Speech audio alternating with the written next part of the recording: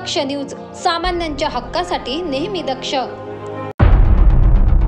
धुळे तालुक्यातून एक धक्कादायक घटना उघडकीस आली आहे। धुळे तालुक्यातील जुनवणे गावात राहणाऱ्या रतन पाटील व त्यांच्या पत्नी जानकाबाई रतन पाटील यांची जुळवणे गावात चांगली शेत जमीन व त्यांची उच्चभ्रू परिस्थिती असताना देखील त्यांनी इंदिरा गांधी निराधार योजनेचा वृद्धापकाळ निवृत्ती वेतन योजनेचा निधी घेऊन शासनाची फसवणूक करत मिळवला असल्याची तक्रार जुनवणे गावातील अनिल वाघ यांनी दंडाधिकारी यांच्याकडे केली होती।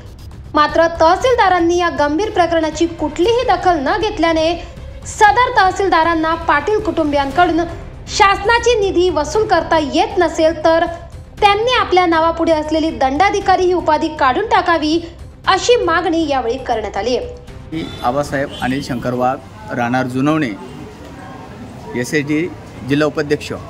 तर मी या ठिकाणी धुळे तालुका तहसीलदार साहेबांना निवेदन दिलं होतं 6 महिन्यापूर्वी।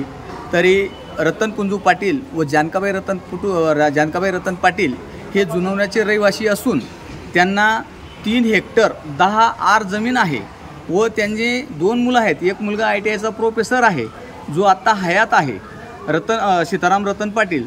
तसाच एक मुलगा त्यांचा रेल्वेमध्ये नोकरीला होता, तो मेला 4 महिन्यापूर्वी।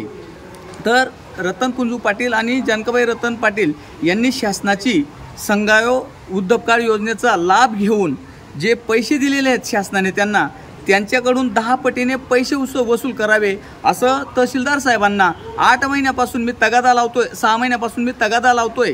वेळोवेळी जाऊन त्यांच्याशी सांगतोय, साहेब अशा उज्जपू लोक जर कधी शासनाची दिशाभूल करत असतील तर यांना शासनाने लाभ दिलेला तो 10 पटीने वसूल करण्यात यावा असं मी त्यांना तहसीलदार साहेबांना निवेदन दिलेलं आहे। या प्रकरणासंदर्भात अनिल वाघ यांनी धुळे जिल्हाधिकारी यांची भेट घेऊन त्यांना सदर पत्रकारांची माहिती देऊन योग्य ती कारवाई करण्याची मागणी केली आहे। दरम्यान 26 जानेवारी प्रजासत्ताक दिनापर्यंत जर सदर पाटील दाम्पत्यांकडून प्रशासनाने 10 पटीने पैसा वसूल केला नाही तर पालकमंत्री तसेच जिल्हाधिकारी यांच्यासमोर आत्मदहन करू असा इशारा सामाजिक कार्यकर्ते अनिल वाघ यांनी दिलाय।